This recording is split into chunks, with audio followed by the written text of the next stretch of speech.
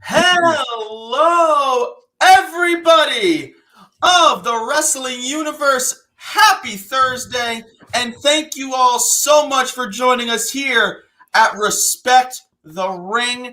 What an awesome day. What an awesome night we're going to have with everybody. And of course, I want to give a big shout out to my friend to my right or to my left. I never get these right. I never learned the correct way to say it. Our friend Justin Del Rio. Everybody who's watching right now, I want to hear some big hellos to Justin Del Rio. Oh, we got Mike saying he's first. Martin saying happy birthday to me, and I hope the happy birthday, bro. Thank you very much, Justin. And no problem.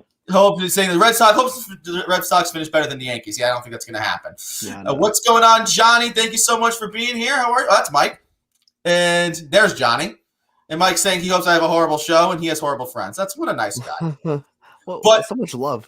So much love. Always so much love from the fans of Respect the Ring. But again, guys, thank you so much for joining us tonight at Respect the Ring. We have a really awesome show for you. I know our schedule has been a little crazy just with storms, scheduling conflicts. But you know what, man? We're here now. And I feel like this is like a crossover episode because we have one of the hottest podcasts in the whole world co-host, What's Up Wrestlers, very own Justin Del Rio, and of course, head of one of the best wrestling groups on Facebook, Nerds of Wrestling, here to join with me tonight. I can't thank you enough. So, Justin, before we get into anything, tell us a little bit about yourself. What got you into wrestling, and tell us about What's Up Wrestler, man. I want to be the first. Thank you so much for having me on the show today. I am extremely excited to be here. And I want to give you a quick shout out, Nick, because you helped me with StreamYard. I had no idea what StreamYard was. I had no idea how to use it. So thank you for helping me. Like last month, I think. I'm just a normal fan. I've been wrestling fan for about over 10 years now. I got into it when I was about 12 or 11, one of those two. Right. I don't know. And it was around the Ruthless Aggression era. And I feel like people my age definitely got into it around that time as well. Mm-hmm. I mean, I could be just speaking for myself, but that's me. A lot of people I meet were like, yeah, no, I got into it around 2006, 2005, which was a hot year for wrestling. If everybody remembers the Ruthless Aggression era. And What's Up Wrestler is just a podcast about me interviewing wrestlers. And I think in 2 days, one of those, I think February 20th will mark 1 year since I started the podcast. Oh, woohoo! 1 year anniversary for What's Up Wrestler. Yeah, man. So you've had some awesome people come on your show. I've listened to it a bunch of times. I mean, obviously our man Andrew Samru just had an interview with Big Flesh Cassidy, who I believe is actually even in the comments. Ayo, what's up, Big Red? How are you, man? So we always love when we can talk to people. It must be such a treat. You get so many people that get to come on your show and they talk about stuff. It's awesome, man. It's a lot of fun. It's also very, very nerve-wracking. I also get very nervous. I've done over 80 interviews already, and I still get nervous every single time. But that's just part of the podcast, I guess. No matter how many times you do it, no matter how many people you interview, you're gonna get nervous because you're talking to someone new. Half the time, I'm talking to these people for the first time. Wow, and it's just. Just right off the bat, half the times they're okay episodes. Half the time they're one of the best episodes I've ever recorded. So you can go both ways. There you go. So, obviously anyone who watches Respect the Ring, I urge you to follow What's Up Wrestler. And of course, make sure you're in the Facebook group, Nerds of Wrestling. Always great content in there. Such great people in there. We've been sharing into Nerds of Wrestling since we started Respect the Ring, and Justin was always awesome to let us be able to do that. Again, I want to say thank you to you for letting us do that because you have such a great audience there, and we're happy we can add some great content to it. Of course. Thank you for those kind words, man. I do work extremely hard on Nerds of Wrestling. A lot of people think, oh, it's just a Facebook group. Yeah, but I'm busting my ass on that group every single day, man. I'm there on my Instagram, my Twitter, my podcast. It's a lot of work. It is a lot of work, man. We should be getting paid a heck of a lot more for it. I wish As far I as I'm was. concerned. We got Harley saying, "Hey, Justin, what's up?" Hey, how are you? We're saying that is an awesome group, Nerds of Wrestling. Absolutely, it is. Our friend Kurt joining, saying hello, Nick. Martin reminding you we have so much love for Nick tonight. Yeah, you know. I meant we were horrible friends. We didn't acknowledge your birthday. What's up, Justin? Happy to have you, brother. Thanks, man. I appreciate that, Mike. And this will not be the last time, Justin. I'll be on again. And we'll make sure we travel over to What's Up Wrestler or whatever other show you do. Because of course, I got you. On that. So, Justin, just before we get started into this week, before we get into our Elimination Chamber preview and predictions piece, just want to talk about any of the big stories that happened in wrestling the past week. Anybody in the comment section, let us know if you think there's anything that happened recently that you want us to talk about. For me, just the biggest thing that happened this past week was NXT I said Valentine's Day Massacre. That's not the name of the pay-per-view. Vengeance. It was Valentine's Day. And, of course, the implosion of the UE. Just some crazy stuff, something we never thought we'd see or something we didn't think we'd see for a long time. And it happened. It's so crazy. I mean, do you have any reaction to when Adam Cole super kicked Kyle O'Reilly? I was going absolute bonkers, bro. I did not see it coming. I think a lot of people are very upset about it. They're still very heartbroken. I know a lot of people are still in their little corners, just crying because it's just so hard to watch. It's so hard to watch, your favorite tag team split up, especially in that way. It had to be done. Undisputed Era, obviously one of the hottest stables in WWE in a long time. But I think it's the right move. And Kyle O'Reilly is gonna absolutely tear the singles division, so he'll be fun. I completely agree. I mean, he's already proven that he is an amazing wrestler on his own. I think for a long time, people did not appreciate how good Kyle O'Reilly was. If you hadn't seen him before he went to NXT, you kind of thought like, oh, he's just like kind of like a sidekick for the UE. No. He's one of the most talented guys on the team. And, definitely he showed it. Harley's telling that she's sad about the UE, but she does love her Adam Cole. Baby. I didn't say baby the first time I said Adam Cole. I realized that that's a problem. I should make sure I do that every time. Yeah, I'm excited to see what's gonna happen though. Sorry, I'm eating M&Ms. I'm excited to see what's gonna happen with the Undisputed Era, man. But yeah, holy shit, I did not see that coming. I went nuts. I think I went more crazy though back in 2014 when Seth turned on the Shield. I completely agree. I think that was so much more out of nowhere. Right. Because I remember when that happened, if anyone was going to turn on the Shield, it had to be Seth. You thought it was going to be because like you would have thought like maybe it could like is it going to be Roman who turns on the Shield because he's like the biggest one? And then when Seth did it, you were heartbroken, but then it made so much sense. You're like, of course it's Seth. Of course the architect. Of course the guy that put it together has to be the one to take it all down. A lot of people were also saying Dean Ambrose. I'm like, that would have been a very good one too. Couple other things people want to bring up as we're talking here. Harley's saying, "Oh my God, Lacey is pregnant." Who will be my girl Asuka's opponent later for Elimination Chamber? We will get to that, Harley. Yeah, I got a lot to say. But what I'll say right now is this: we had two pregnancy stuff related things this week. We had Monday Night Raw, Lacey Evans announcing she was pregnant. Turned out it was not a work; it was real. And then we had none other than last night on AEW. Oh my God, what's her? Cody Rhodes' wife. Why can't I think of her name right now? This is really embarrassing. Brandy. Of course. My God, that was so bad. Brandy Rhodes, Chief Brand Officer. She announced that they will be having a baby girl. So 2 pregnancy things related to wrestling this week. Usually doesn't happen. And again, we'll get more into Lacey's pregnancy and the ramifications of that as we go on. Martin saying, "I'm so glad Kyle didn't actually have a seizure. He played out so well. Thank God everyone thought he had got one, but I'm glad he's okay." Yes, it turns out that he didn't have a seizure. People thought it was that he had a seizure when the show went off the air. It turned out it wasn't the case. It was a work. Oh, really? I thought it was real. I don't know. I mean, all I have heard that regardless, he's okay.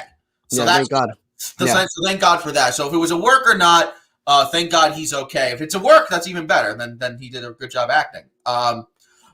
Big thing brought up here by Mr. Fatal Destiny Aaron. Deathmatch style coming to mainstream U.S. pay-per-views is absolutely huge. Can't wait for the revolution. So what's going on with AEW right now is the door is broken open, the forbidden door, where promotions are just working together, intertwining with each other like we've never seen before.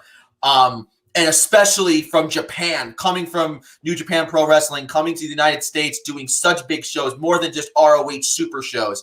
And there's already rumors that Okada's going to be coming over at some point. Already we saw Kenta come over. And now Kenny Omega has challenged Jon Moxley to a death match. I cannot wait. Holy shit. That is going to be amazing. I was going to say, I mean, this is going to be crazy because this is not Dean Ambrose, Full Metal Mayhem in WWE. This is Jon Moxley inside a death match. I mean, this is going to be off the chain, man. If anybody can recall, Jon Moxley's matches at CCW, if you never saw it, you're in for a real treat. You're gonna have to wear face shields for the blood spattering all over the place. I mean, you're not gonna see Dean Ambrose. You're gonna see Jon motherfucking Moxley. So get ready. Damn right. Listen, don't worry about censoring yourself. We curse all the time in this thing. We don't care. Don't worry about eating or drinking. If anyone recalls, a couple episodes ago, I was drinking some water, spilled it all over my electrical equipment, almost died on air. But it's fine, and here I am right now, so don't worry about nothing. Oh, I would have been so mad. I would have cried. Thank God I had Andrew and Chris on the show because I spilled it all. I was like, you gotta be kidding me. And like, it was fun. They were making fun of me as I'm trying to clean up. It was a disaster. Anybody in the comments can pull that up. That's funny. Desi saying exploding barbed wire. I mean, can we see it? I think if any wrestling promotion was going to go full death match, it's going to be AEW. So maybe we'll have to see. They're going to be fine. They're going to do it. Martin's bringing back the hashtag Nick versus Water. That was absolutely trending on like 3 accounts on Twitter. So I count it. That's awesome. Mostly family. But let's move on now. So we, of course, want to talk about Elimination Chamber. That's what the big part of this show is going to be. And, of course, if there's any other topics people want to talk about, bring them up. We really appreciate that. And I appreciate, real quick, before I even get into any of this, thank you to everyone watching us right now on Facebook, on Twitch, and on YouTube. You can follow us on all of those platforms at Respect the Ring. I urge everybody who's not watching us on Twitch, who's watching us on Facebook, jump over to Twitch. Respect the Ring, all one word. Let's get those viewerships up on Twitch because we need it. Let's get some money flowing into this thing. You know what I'm saying? Yeah, seriously. That's the way to make this happen. We work very hard. We work very hard. We do. I think we do. Exploding barbed wire is going to be fantastic. Agreed. But let's get to Elimination Chamber. And I think before we even get into too much of this year's Elimination Chamber, I want to do a quick flashback, Justin.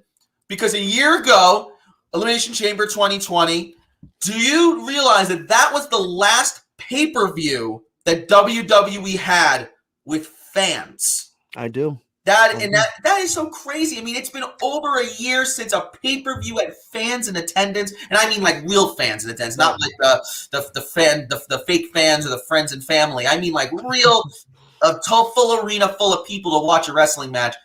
Isn't it crazy to think it's been a year already? It's sad. It's honestly so heartbreaking just to think about that, man. I don't remember much from the Chamber 2020 just because like we were in such a crazy time around that time. Everybody was like kind of stressed out. We didn't know what was going to happen. Right. I mean, I remember some of the pay-per-view. It just I remember one thing. I think I remember Liv Morgan taking like one of the sickest spots in the Chamber, and that was it. Yeah, I mean, it definitely was coming out at such a crazy time. Right. I think it was one of those things where we're like watching it and like it's kind of like when like a real tragic thing has happened in history and like a sports game is happening. You're trying to like everything's fine. Let me just watch this game and everything will be fine. And then it ended, and then it's like, well, wait a second, no, everything is not fine. We're in big trouble. And then the next pay-per-view, WrestleMania, we're getting told it's not going to be at Raymond James Stadium. It's going to be at the Performance Center in front of nobody. And our world just turned upside down. Yep. That's so sad. I agree with you, Johnny. I miss going to events. But hey, listen, things are cautiously optimistic. Maybe we'll be seeing more people. They're talking about fans at WrestleMania this year. We'll have to see. But I don't know. I don't want to make any predictions. But with that said, though, what's so amazing to me is when you look at the people who wrestled just a year ago at the last Elimination Chamber and who's here now, it's so crazy. And the biggest thing to me and the biggest takeaway I have is you were just mentioning a spot in a match that really the whole pay-per-view was built around. And that was Shayna Baszler in the first ever women's Elimination Chamber match where she beat, and I want to just go over all the women who were in that match real quick. It was, I'm scrolling down here, Natalya, Liv Morgan, Ruby Riott, Sarah Logan, and Asuka. And Shayna Baszler in 21 minutes flat beat all of them via submission. And I mean, that was one of the most, if not the most dominant performance inside Elimination Chamber. 100%. It was the most dominant ever. It was one of the biggest builds of any woman compared to Becky Lynch a year before. And it's amazing just how, like, you thought, like, okay, well, obviously Shayna's going to go there and beat Becky. Obviously she's going to have this big reign as a main event woman on Raw and stuff. And it just did not happen that way. She goes to WrestleMania. She has a kind of a crappy match with Becky. And then it's like she's like a random person. I mean, I don't know about you, Justin. It's just crazy to me that how a fall of grace can happen like that after you have such a big match. I was so excited to see what was going to happen with Shayna Baszler after that, because a lot of people predicted Shayna was going to win that chamber, and she did. And like you said, she dominated everybody in that match. She knocked it out of the park. She did such a good job. But the match at WrestleMania was absolute horseshit. They had Shayna lose. They had Rhea Ripley lose to Charlotte. That I'm like, yo, what the hell are you doing? Like, oh my god, it's so old NXT, man. It was just so like bad. NX who? I feel like if they were in the stadium in front of 80,000 people, Shayna Baszler would have made Becky Lynch tap out in front of 80,000 people. I'm like, that's how you do it. That should have been done. But there's no fans. The fans probably played a big part in it, so it's definitely possible. We know that only a few weeks, not that much longer after WrestleMania, Becky Lynch ended up announcing her own pregnancy. Right. And so that definitely probably maybe played things into it too, that maybe after the match, then all of a sudden they announced that, and maybe that changed the way how things were going to happen. Maybe there are people that speculate that maybe they even knew about her pregnancy. Maybe that's why the match happened the way it did, because it was very odd. It was not like this big physical match, which everyone thought it was going to be. It was going to be like this hard-hitting match, and Becky was really going to have to fight her way. Because I remember when we were doing prediction shows at Respect the Ring, or when I was with my other guys actually, was that I said that this had to be like her clubber, like it was kind of like Rocky 3. I don't know if you've ever seen the Rocky movies, but the third one is Rocky versus Clubber Lang, where he feels like, I'm Rocky Balboa, I can beat anybody. And then Clubber Lang, who's just a little bit hungrier, beats the crap out of Rocky. Then he has to find his eye of the tiger and get back to where he was. And I thought that was going to be kind of a cool story for Becky to have to go through. But she didn't have to do it because of you know what. So anyway, I mean, I think it's just crazy that someone who the whole pay-per-view was built around, not even on the card. Right, 100%. Not even on the card, and arguably that Raw women's division is just crap, and we're going to get to that more as we go on. We will. Just for some fun, just because, wrestling is so fluid, it's a long narrative, that spans through years, of course. And we have been fans now for a long time. Is there one particular Elimination Chamber match that sticks out to you, Justin, that's like your favorite, or even one that's just memorable to you? And anybody in the comment section, let us know. What's your favorite Elimination Chamber match? So since I started watching wrestling in 05, 06, I was introduced to WWE. The first chamber match I was introduced to was 2005 at New Year's Revolution, where John Cena had to defend his title. And we all know how that ended for John Cena at the end. Edge coming in to cash in his Money in the Bank and defeating Cena for the WWE Championship. Fantastic Elimination Chamber match, all in all. That, like I said, that match will always hold a special place in my heart because it was the first one that I was introduced to. I also like the first one ever at SummerSlam 2002, if I'm not mistaken. Yeah. No, that was a great one too. And I'm like you. I started watching wrestling around 2005, 2004. And so my first match that I saw, the first Elimination Chamber match that I saw was, it was Chris Jericho, Chris Benoit, Triple H, Randy Orton, Batista, Jesus. And I forgot who the other person was, and I feel terrible. I can't remember who they were. And then and what's to Edge and special guest referee Shawn Michaels. Yeah. And what an awesome match that was. And I remember it was the night that Triple H became a 10-time WWE champion. Jesus. That one always will stick out to me. Of course, everyone remembers the one where Goldberg went on a tear, and yet thought Goldberg was going to win the title. Then no, Triple H wins it. There's there's always a bunch of fun ones too. There was the IC title one where they broke Mark Henry's pod, and Mark Henry didn't know what to do, and he came in the match like 20 minutes early, and he like totally threw everything off or something like that. The Chamber match is really weird. Like a lot of unexpected things can happen in that match. I mean, I feel like maybe Vince or someone tells him in the back, hey, if something happens that's not supposed to, just go with it. Just go with do it. That's what you gotta do. You just gotta roll with it. Yeah, just get eliminated when you're supposed to, and that's it. Exactly. I don't care how it all plays out. And also, it's funny because the Elimination Chamber's gone through some changes. I remember when we started watching it, it was this monstrous big structure where there was this chain all over the place. There was chain across the bottom. It was this steel enclosures, though it wasn't plexiglass. It was real glass and stuff like that. And it's changed. And honestly, as much as I'm nostalgic for the old one, the new one's kind of cool because you can do more things inside the chamber. It's a little bit safer that they can do a little bit more things. It's cool looking. I'll give you that. It looks really, really cool, but it's absolute shit inside. You got padding. I know, bro. You got padding. There's not supposed to be padding. You're supposed to be falling on like legit metal. Like you're in a chamber. I know it's TVPG, but like, come on, you're in an elimination chamber.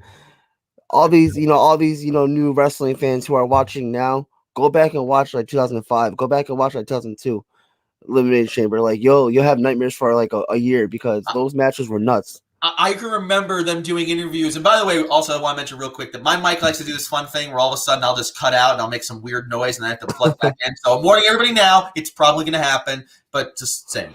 It's all good. He's always revolting against me. But I can remember that they had an interview when Umaga was in his first Elimination Chamber, and he talked about to people. I think he talked to JBL on his show, and he talked about how and JBL would later tell the story of how he came and he was like crying because he didn't wear shoes. If you remember, Umaga had just his foot taped up. Yep. And he said he was crying, walking on the steel and stuff like that. It was killing him. So I mean, listen, it's a brutal match. It's just like Hell in a Cell, where it's a brutal match to go through, and definitely the older ones were definitely in that more brutal category. They were nuts. I loved them. Ethan Clark saying ECW 09 for the World Heavyweight Championship. Elimination Chamber 09 for the Heavyweight Championship. I don't remember that one off the top of my head. It's all right. I don't remember it either, but I kind of remember it vividly. Yeah, me too. I thought he was saying the one from ECW. That's what I thought he meant. Hot garbage. That was like the worst one ever. Wait, what?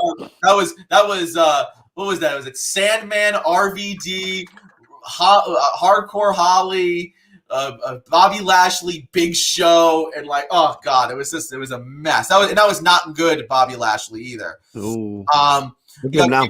Big Flesh is saying maybe the No Way Out pay-per-view, I think 12 years ago, where Edge lost the title in the show and then won the big gold belt because he attacked Kofi Kingston. I remember this. He took his place in the Elimination Chamber. I remember that was crazy. Yeah, I think you're talking about, was it 12 years ago? No. Was it? Yeah, I think so. I don't know. I remember there was a No Way Out in 2008 where Mayweather knocked the shit out of Big Show. Yes, there was that one. That was a great one. That was Big Show's down on like one knee, and Mayweather just like gets ahead of him. Like breaks his nose. We got James saying I also love 2010 Elimination Chamber pay-per-view. That was a good one. How's it going? John saying the very first one. Yep. We got a Dragon saying Shayna should have won the Royal Rumble instead of the Elimination Chamber. In my opinion, the build-up what they had for her was great. We knew this was going to happen. But either way, though, I think the outcome would have been the same. I agree. I completely agree with you. I think they were going to have her lose anyway. Ethan Clark saying, Y2J, Taker, HBA, screwed over Taker, if I remember correctly. Oh, yes, that is correct. That was a great Elimination Chamber match. If you remember, The Undertaker was defending his world title. It was the year that Shawn Michaels kept asking. He wanted another match at WrestleMania, and he was saying, "You ain't getting another match. You're not getting it. I already beat you. I'm moving on."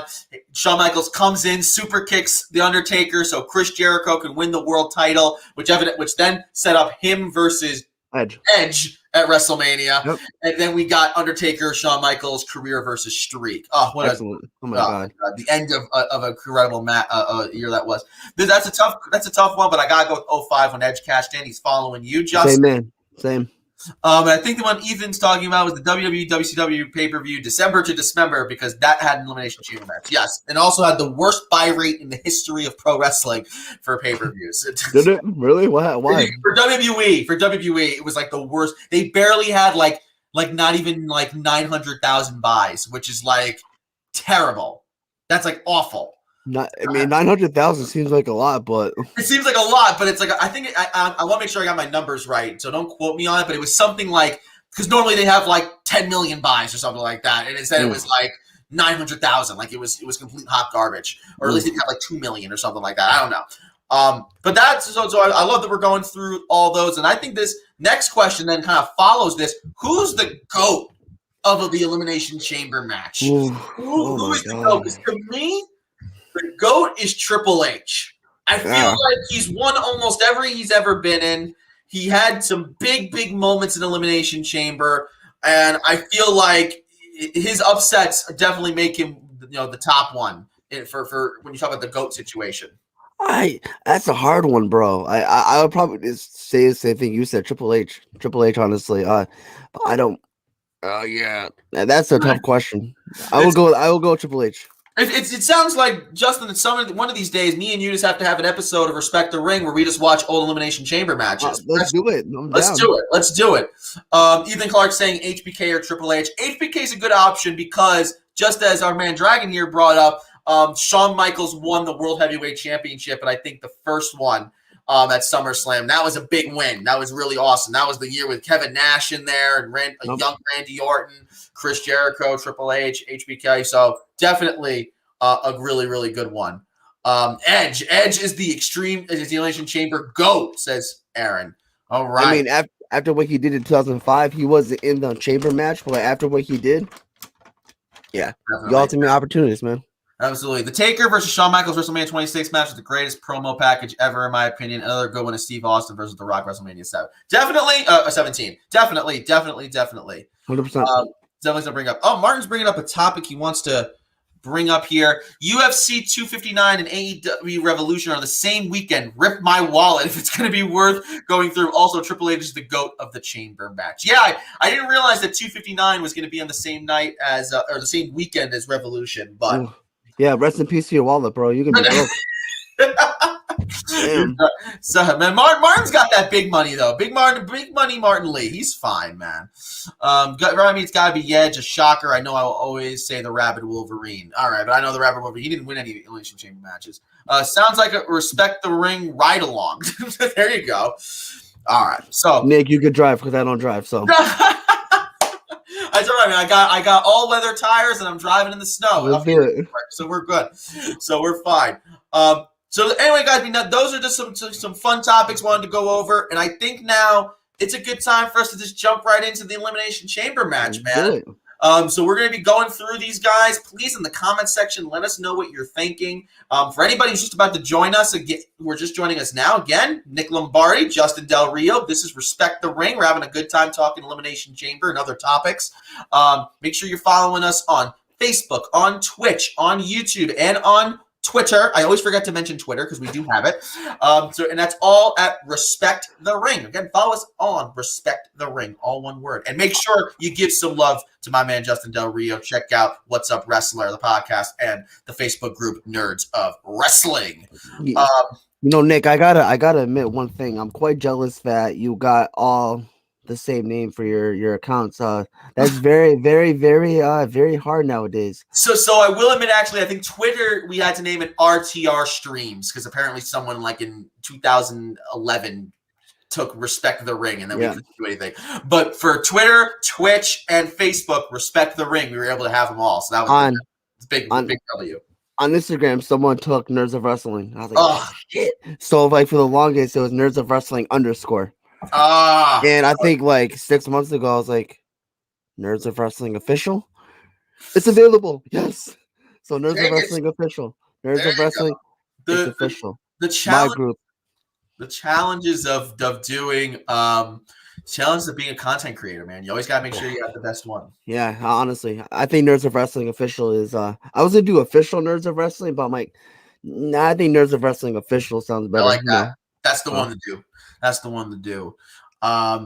Let's take a. Oh, Dragon wanted to bring up a point. He's saying, I feel like winning inside Elimination Chamber should be up there as you won a Royal Rumble match or the Money in the Bank repeats. Because not everyone can say that they've had the privilege of winning inside the chamber, because you don't have to come out the same way you went in. I completely agree with you. That I think that winning an Elimination Chamber match is a big, big deal.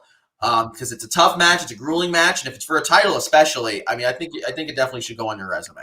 What do you think? I think so. I mean, I don't know what he's referring to. Correct me if I'm wrong. Is he like, excuse me? Is he referring to like an automatic title shot, or just like a something to add to your resume in wrestling? I think that's what he was talking about. That's kind of like, like we say, like, if you're doing like a match card or something like that, and you bring up like people's highlights, they'll say former Mr. Money in the Bank, right? Yep. For 2-time Royal Rumble winner or something like that. I think it definitely, and Dragon just referred saying in terms of his career, that it should be something that maybe you add to your resume. I mean, I think especially when it's somebody like Shayna Baszler. How do you not add that to her resume? The most dominant performance inside Elimination Chamber, and you forget that in that match also it was Asuka. She made Asuka tap out. I know, crazy. A lot of people though don't look at the chamber the same way as they used to. I mean, like right now, especially it's like so sugar coated just for the the audience, for the kids. Right.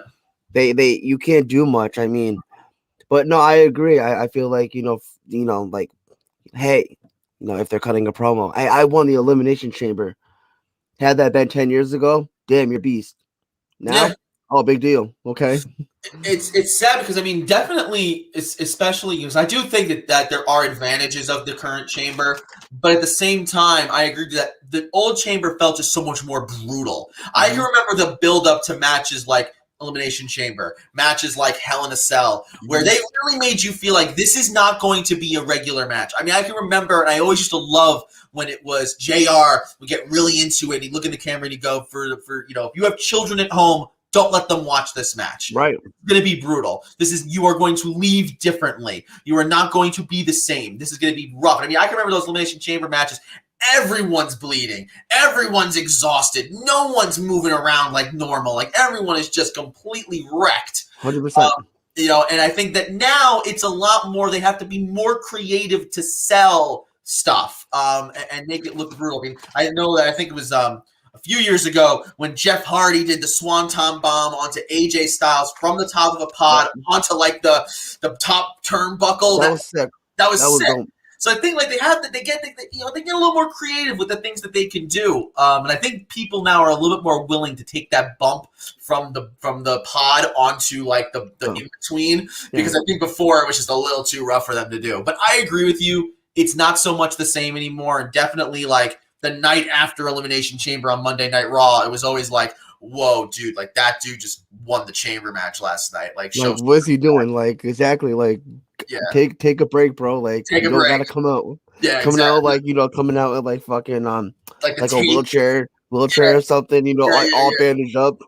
I used to love when they used to sell it like that. People would come out with bandages on like their head or bandages on their arms. Yes. No one does that anymore. No. Man. Crazy. Break your kayfabe, man. Come on. Kayfabe, man. You can't do that. You can't do that. James, I'm going to put your comment for later on just because you're getting into specifics of a match.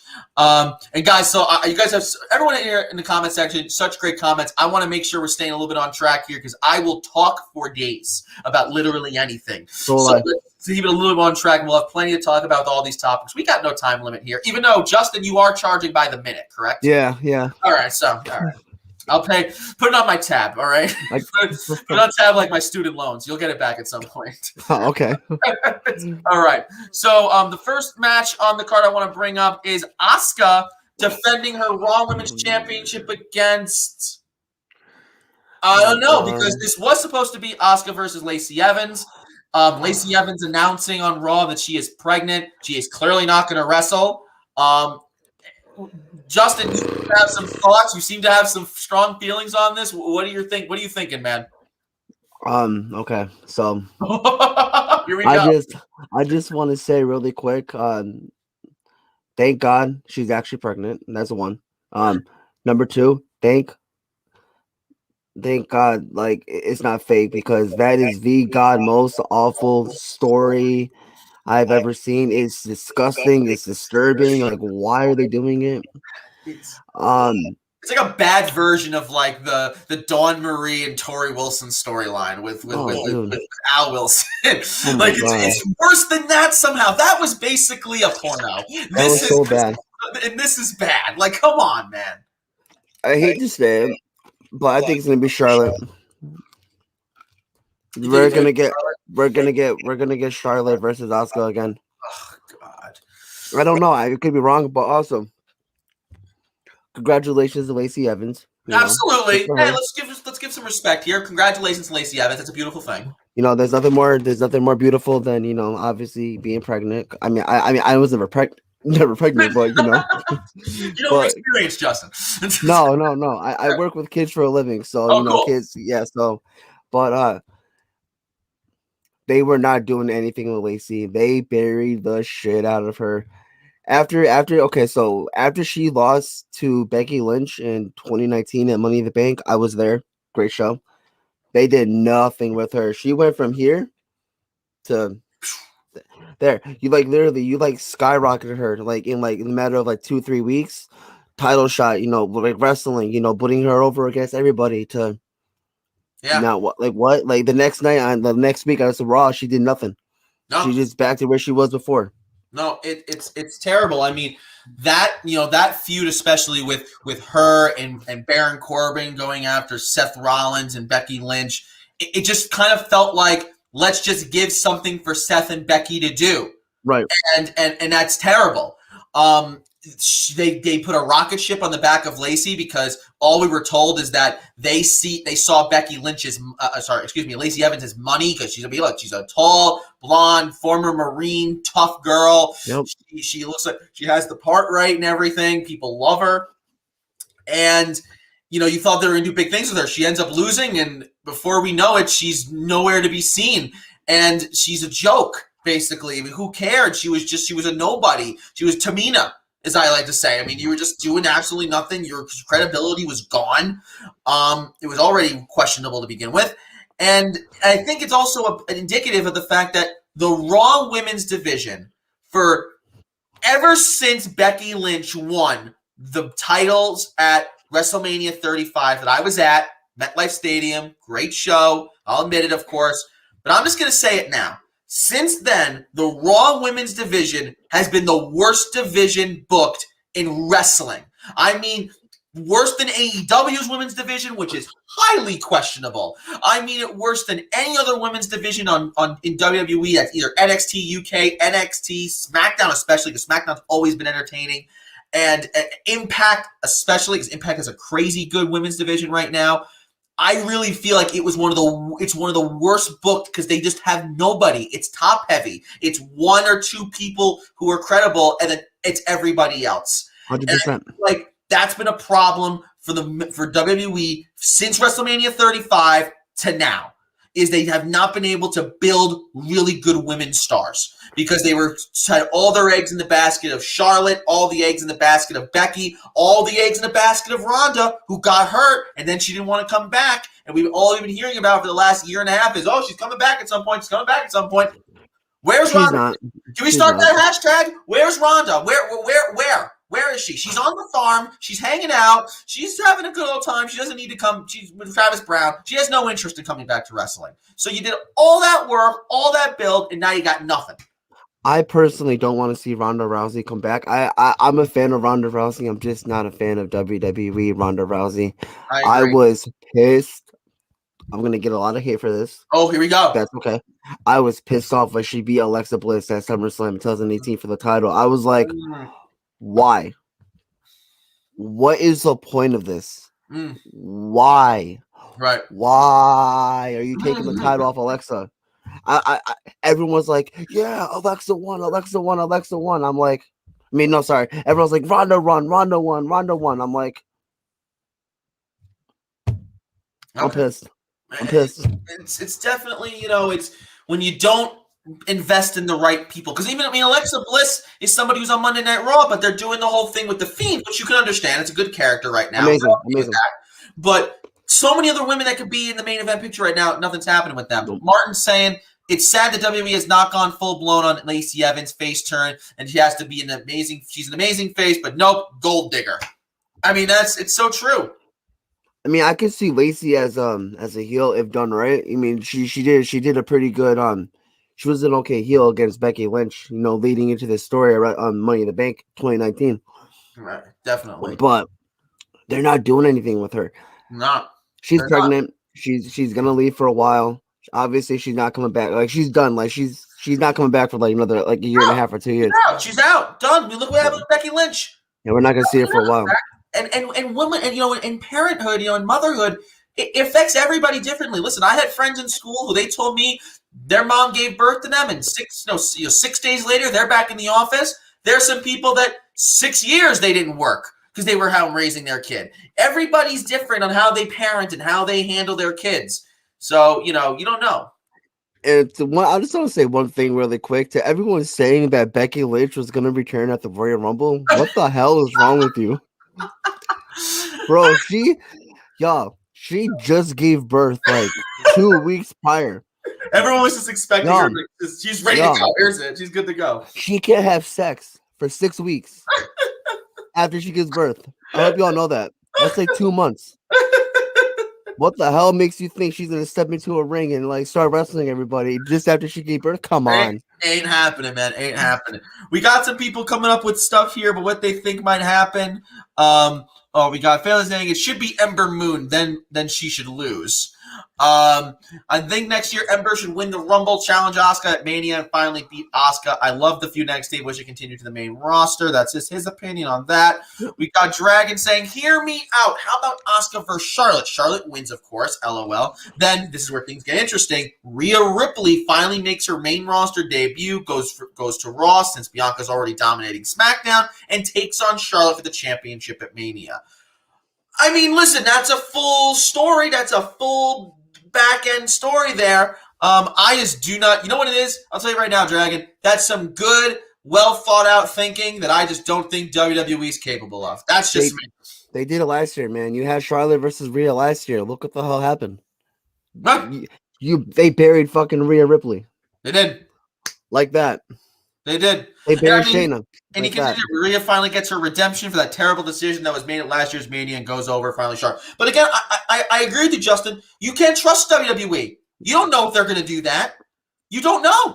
You just don't know if they're going to do the right thing because that's obviously the move to make. I personally don't want to see a repeat of last year's WrestleMania. Yeah, because they're going to have fans this year. Questionable. But I'm a fan of some matches, like some repeat matches. Mm-hmm. But last year's WrestleMania, and it's a different story. Yeah, Rock versus Cena 2 years in a row. Everyone could agree, like, it was okay, it was stupid. But I don't know. I just have like, don't do that to us this year. Because last year's WrestleMania, we kind of want to forget about last year's WrestleMania. We don't want to remember it. There were some cool moments. But I don't think anybody wants to see Charlotte versus Rhea again. I don't. I think especially for the women's matches, I will agree with you that no one wants to remember WrestleMania. I don't want to. Yeah, There's exactly. Not one redeeming match. All those decisions they made with the women's division were bad, and I think that without question, if we can move past it, we should. Right. And that's what we're going to do here. So I thank everyone for giving your thoughts on this match. So with that said, if Asuka is even going to defend her title, you're saying Charlotte. I'd say Charlotte. I mean, who else? I mean, could you see them jokingly put Lana in, just because Lana had a big win and she's been doing all right? Like, could they just throw her in there just to be a warm body and for her to lose real quick? I mean, I don't want to talk shit about Lana. I don't know if you guys saw her documentary. It was excellent. I felt so bad hearing I her didn't see story. Lana's. Some Liv Morgan's. I didn't see Lana's though. Yeah, so Lana's was really heartbreaking to watch. You know, Oh wow, okay. she's trying, y'all. She's trying her best. Like she's Yes. doing what she's told to do, and she's loving it every minute of it. Is she getting buried every week? Yeah. Is she getting thrown through a table every week? Yeah. By Nia Jax? Yeah. I mean, hey, shout out to her because I wouldn't want to do that every single week. No. But she's trying. She's trying. I think she's more capable of doing bigger and better things than what they're telling her to do. I just don't like what they're telling her to do. I mean, but I don't see her going against Asuka. I mean, maybe. I mean, people will be pissed. Is she going to win? Absolutely not. But you never know with WWE, bro. Tamina Snuka. Oh God, why? So we have somebody else get hurt? I mean, I don't listen. You don't want to talk shit about Lana. I talk shit about Tamina every single chance I get. No, Tamina. Oh my God, no, you talk. I mean, no, hell no. The worst wrestler in the whole world right now. Nia Jax's whole thing is getting annoying, and Nia doesn't like it. I mean, listen, I don't know how much of it was a work and how much of it was real pain, but they are gonna sell. They could sell my whole shirts like that if they want to. So I think she should just deal with it, swallow it, and just keep rolling with it because I think that was brilliant. Stupidest shit ever. I haven't watched Raw in a while. I mean, I tried to catch it on Twitter, but I saw that I was like, what the hell is this? Like, are they doing like? Is she doing like a bathroom joke? Does she have to go to the bathroom? Like, what is going on? This is so dumb. My hole. I was like, what the hell? Okay, but I'm happy Liv finally put her through a table. Yes. But that was long overdue. That should have happened at I don't know, SummerSlam. Maybe. For saying making memes out of it. Dragon's got a real big one here saying it sucks with the Raw women's division because all the mainstream single competitors are being randomly put together to make something happen with the women's tag team division. That's why the Raw Women's Championship is not getting anywhere because all the talent is being pushed for the tag team titles. That's why SmackDown going ham on pushing Bianca and Sasha, and I'm all there for it. I agree with you about the Bianca and Sasha part. Give us that match. That's going to be a great match. That's a great program to do. And I'll agree with you that the women's tag team division was meant to be, in my opinion, something for the women who had nothing to do. Let's give them something to do because we don't have a mid-card title for them. Right. I always said the women kind of need a mid-card. They need something else to fight for besides the main titles because there are too many people who are not credible. Yeah. The problem is they're taking people who are a little credible and putting them in that. Exactly. Shayna Baszler and Nia Jax, so I know Nia Jax, you were just making fun of her, but that's a main eventer. What is she doing in the tag team division? She's not helping that tag team title. No one cares about the tag team titles. And they're a joke. No one be able to face for the Raw Women's title. It's crazy that as me and you sit here, we can't name 5 people that can replace, Lacey Evans. Get 4 people that can replace Lacey Evans to face Asuka. We can't do it. It's sad. It's so sad. And speaking of Nia Jax and Shayna Baszler really quick, that is the shittiest tag team I've ever seen. Why the hell are they a tag team? I'm rooting for Dakota Kai and Raquel to take those titles off of them. How good are they? How good is Dakota Kai and Raquel Gonzalez? I did not see that. I think I predicted them winning, but I just predicted it. I was like, I predict Dakota Kai. Mm-hmm. No, actually, I did want it because of their performance in War Games. They destroyed it in War Games. I'm like, you got to keep that ball rolling. So they got to win that. With Raquel Gonzalez because she's the one who got the big pin. Right, exactly. So you have to give her something. Exactly. Ethan Clark, this will be our last thing to talk about here. Peyton Royce versus Asuka. Now, I think that personally to me, I think Peyton Royce is so underrated. I think she's a phenomenal wrestler, and if you give her the chance to shine, she can. But I don't know. Look at her match with Billie Kay, Peyton Royce versus Asuka NXT. Which one was that? That match was phenomenal. I think it was a fatal 4-way or a triple threat. That was with her. It was like her, Ember Moon, like it was a couple of people that they had in that match against with Asuka. And that was incredible. Amazing. Why not put Peyton Royce in it? I can see her wrestling. Like you said, she's extremely underrated. She's very underutilized. Put her in a title match. Doesn't mean she has to win. Just put her in a title match. I completely agree there. We got a Locust Borg, I think that's how you say his name. We should bring in 2 female legends to make them the tag team champions, like Lita and Trish, and have them challenge for the tag team titles. Well, the problem with that is that Lita and Trish don't want to wrestle, man. They're millionaires. They just want to chill out at home. I don't blame them. They're like 50 years old. They don't want to do that anymore. I don't blame them. If I was a millionaire, I just want to be home too. Plus, I don't think Lita wants to have anything. Lita has like nowhere to go. She can't go to AEW because Matt Hardy's there, and she can't go to WWE because Edge is there. Go to Impact. Go to Impact. Yeah, exactly. Let's see how that goes. Now Jeff will go there after. Okay. No, Jeff will never go back to Impact Wrestling. Hell no. God, help us, please. Do not let Jeff go back to Impact Wrestling. Don't do that. Don't do that to us. So anyway, that's the deal basically with the Raw Women's title, and we don't know what's going to happen. I will say that the Raw Women's title is just slightly more interesting than the U.S. title. But that can change at this Elimination Chamber because we have the next match coming up. It is the United States champion Bobby Lashley defending his title against Keith Lee and Riddle. Of course, it's Matt Riddle, but we have to say Riddle now because WWE has to shorten everybody's names. Of course. Here's my thing. I've been very vocal about how I feel like, man, oh man, this U.S. title is so boring. I don't care about it. It's a trophy. It's not a championship to be defended. I write for I'm a contributing writer for Sportskeeda, nice. And I've had an article out of 5 people that I think who could be better United States champions, and not because I think Bobby Lashley's bad. I just think it's wasted on Bobby Lashley. Bobby Lashley should be doing bigger and better things.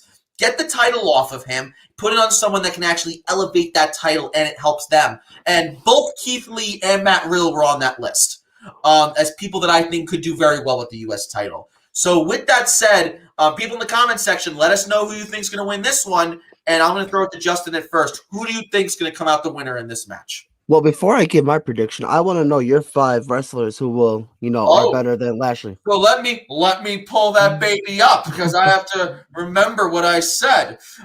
Give me a second to do that. As I'm doing that, let me pull up some other topics here. 5. No worries. And shout out to JDF Sports, the show I just watched before this. They were talking about this match, and they had they predicted Keith Lee joining the Hurt Business. So. It's interesting because Keith Lee joining the Hurt Business would be very interesting, man. But yeah, I think he's better as he's so much better as a singles guy. I completely agree. But joining the Hurt Business, would that hurt? No, I would be fascinated to see Keith Lee as a heel. Because my thing is how they do that would have to be, it'd have to be kind of like this weird mix where, like, you have to have like Bobby Lashley and Keith Lee competing with each other because they're both the heavy. You know what I mean? They're both the powerhouse of the team, so they need to kind of compete with each other. So okay, my 5 people were Matt Riddle, because I made it in 5 pages. So give me a better. Angel Garza, who's like doing nothing, but I think he'd be a good champion, a United States champion. What is he doing? Nothing. Amazing talent. Keith Lee. And then I have 2 more here, obviously. I said Elias. Okay. Elias, because he's got nothing going on. And Mustafa Ali. I actually had Mustafa Ali as my number 1 because I felt, and this is when they were still trying to make something out of Retribution, which is now nothing. Nothing. I thought joke. At least a U.S. title, you could do something with that. He has a title. He's hijacking the U.S. title. He's hijacking it. Make it have his own version of it where he has the American upside down. Yeah. Like someone said, imagine. I saw this on Twitter, and they said, imagine this. It's okay. So Kofi Kingston is in the chamber, right? Mm-hmm. So they said, imagine this. It's Kofi's turn to come into the chamber match, right? And Mustafa Ali hijacks the chamber, locks his pod, and takes the spot, wins it in front of Kofi Kingston, and that should have been him winning it. That's because right there. We all remember what happened 2 years ago. Mustafa Ali was supposed to get that big push, but unfortunately, shit happened, and Kofi got it instead. It's not because he got hurt. Well, debatable. It could be both. But Kofi was in the right place at the right time. Why not do that with Mustafa? I think Mustafa Ali, it's very interesting because he just had a really interesting. It's on social media. WWE put out a thing where they said, "Who do you think is the most underrated of these 5 people?" or something like that. And Mustafa wrote, "We're not underrated. Everyone knows how good we are. You just underutilize us." And and the question is, they do all this stuff with Mustafa Ali, all this stuff with Retribution, and you're saying to yourself, all right, well, Retribution's going to be like this badass team that's going to cause a bunch of mayhem, right? Right. They're a joke. Every week it became more and more and more and more of a joke. It drove me crazy how, I remember telling people, they should have had it that, the ring had to be surrounded by armed guards. Make it that, the people around them were anxious. They're nervous. Who's Retribution? Who are these people? What is going on? And, and don't give them once you give people a T-shirt and a theme song, you've lost it. Think about the Shield. The Shield never once came through the center aisle. They always came through the crowd because they were this invasion force. They were coming in. They were not a part of the roster. They were this crazy force that's just surrounding them. Right. So exactly. That's how they should have felt. And I thought, why don't you give the U.S. title to Mustafa Ali, let him run with it, and make it that people are just I don't like you. We all don't like each other, but we can't have that guy as our U.S. champion. So we gotta beat this dude and have him just be insulated by Retribution. A lot of people had Mustafa Ali winning the Money in the Bank in 2019. I was there, like I said. As soon as he grabbed the briefcase, as soon as he was up there at top of the ladder, hands on the briefcase, everyone was waiting for it. Done, done, done, done, and you knew. So funny story. It took me so I didn't realize right away it was Brock Lesnar because that place, that whole night was fucking loud. We were going nuts. We were on the edge of our seats the whole time because, well, 1, it's Money in the Bank. Of course. 2, it's in Hartford, fucking Connecticut.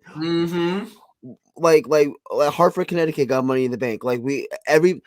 You'll see comments on YouTube, you'll see spots during the show. Oh, that crowd is dead, motherfucker. No, we were not.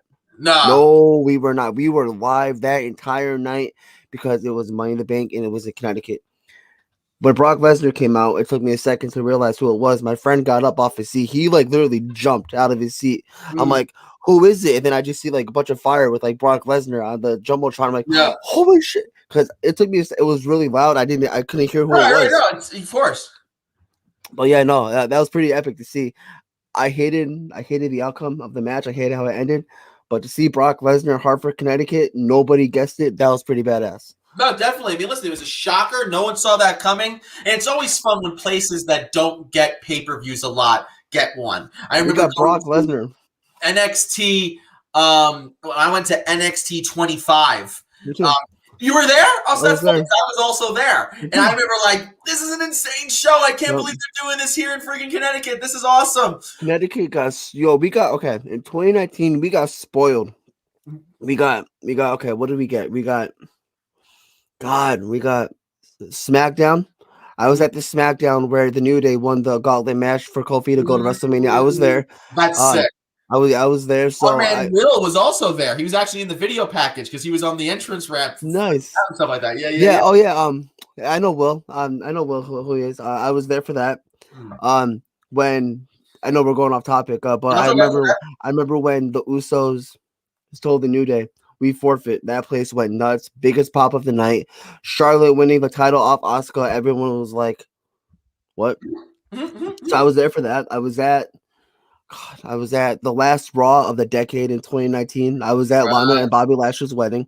Complete horseshit.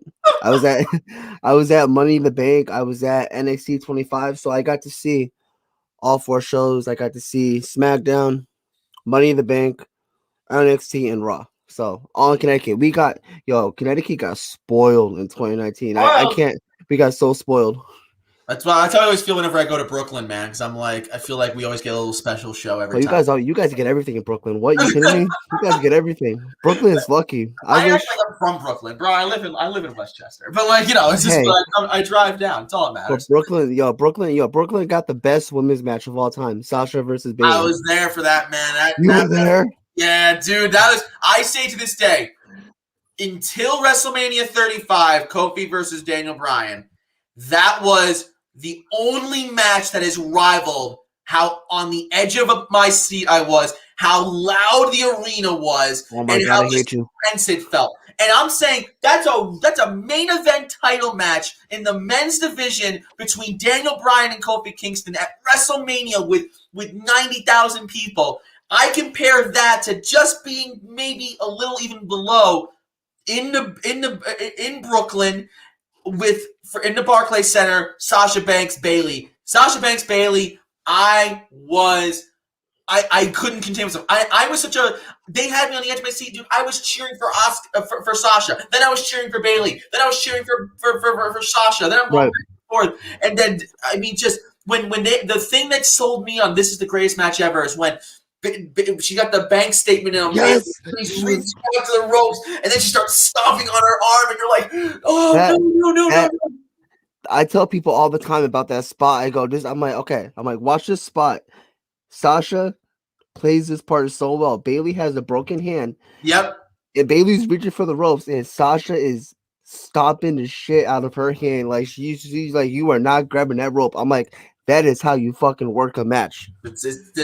They told an amazing story, and they told such a great outcome. I mean, that was, to me, the best match I've ever seen live. Like I said again, I hate you. Rivals is when I was in MetLife watching Kofi win his first title.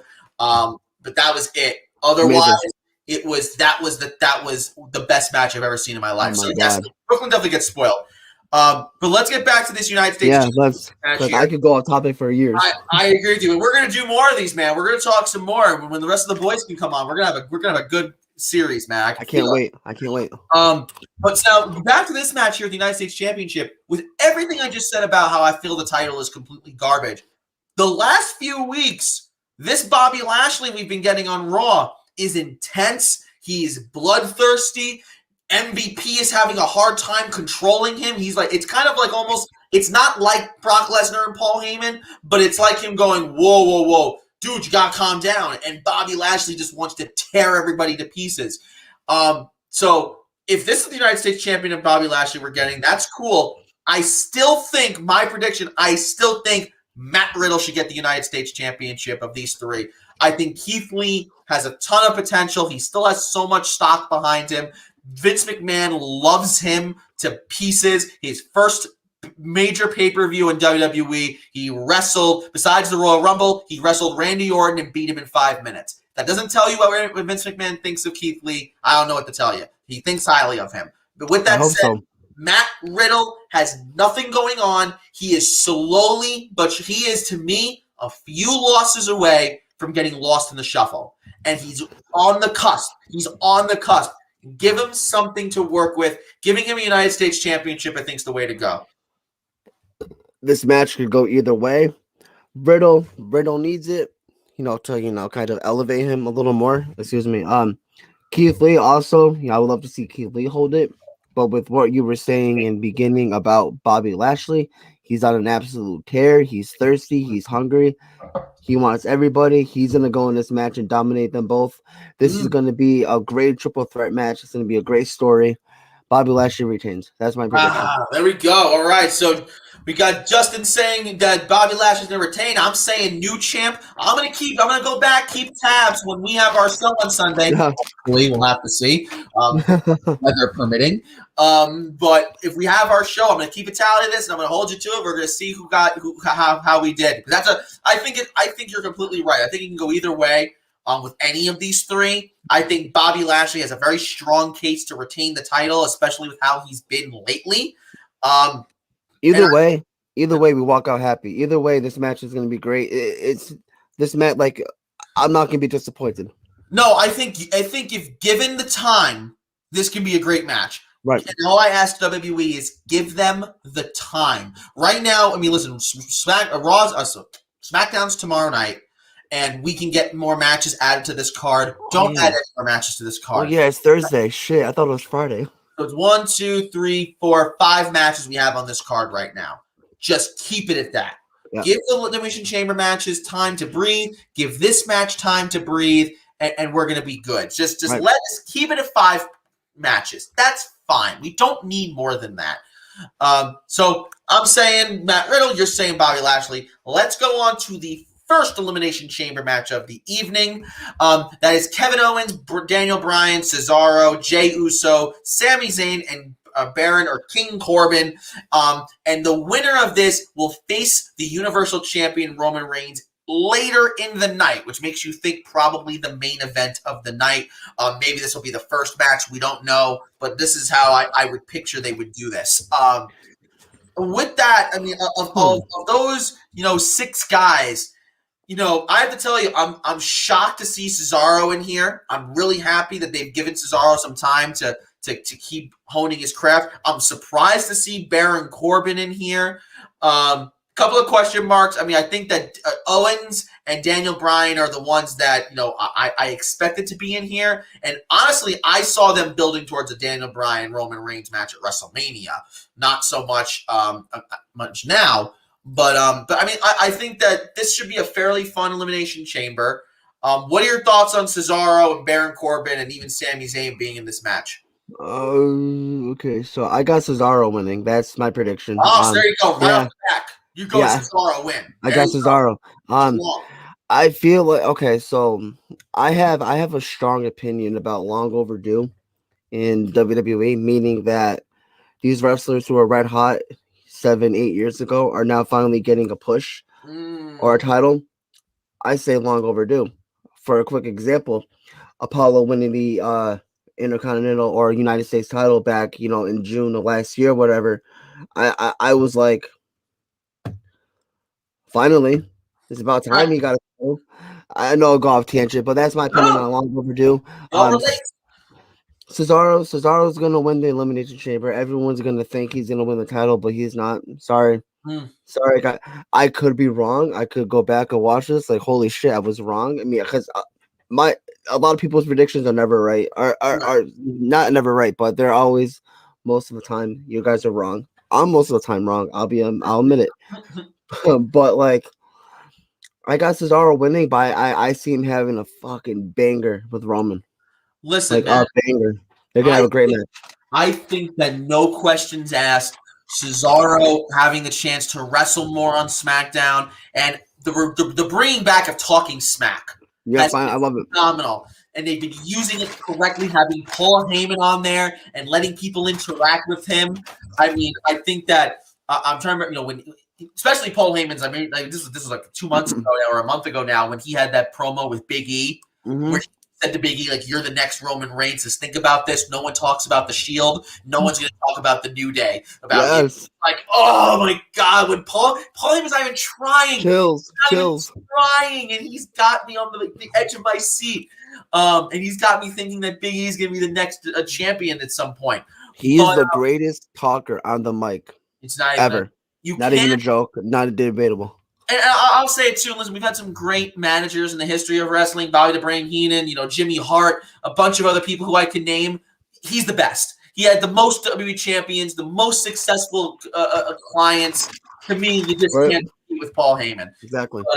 But going off of that, having Cesaro, Cesaro also came in. He did a really interesting promo where he talked about how he wasn't like I'm finally getting my shot or, this or that. It was a very different one. It was him saying, you know what, I've been here the whole time and I've been working really, really hard. I want to say thank you to everyone who believed in me.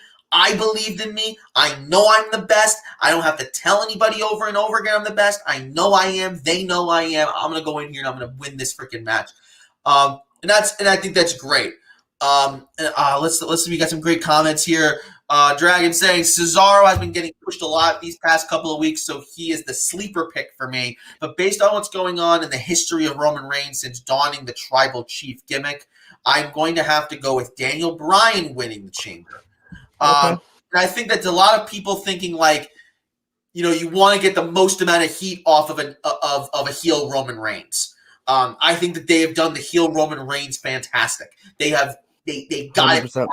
it. We were all, because potentially, I remember when they were first talking about making Roman Reigns heel, when we first started bringing it up, is we wanted Roman Reigns to be like a cool bad guy. We wanted him to be like an anti-hero, and he was like, whatever. And the truth is that that's not a heel anymore in wrestling. A heel in wrestling is someone you don't like, and you made him somebody that you don't like. He's just a bad guy who just hurts people, and all the people who you love, he's just going to beat them up because he's Roman freaking Reigns. He's a juggernaut. So I love it. I love the heel. I love him. I mean, I was never a fan of him before, but when he turned heel, a lot of people will admit the same thing. I feel like 95% of the people, of grown men who watches wrestling, who watches wrestling, will say, I fucking hate Roman Reigns back in 2015, 2016. But I'm 26 years old, and I will admit I fucking love Roman Reigns. He is killing it. And pairing him up with Paul Heyman, it's just icing on the cake.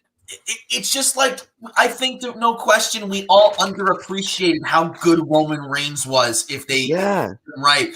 And I think that you realize more the hate we gave Roman was us projecting our hate towards WWE booking.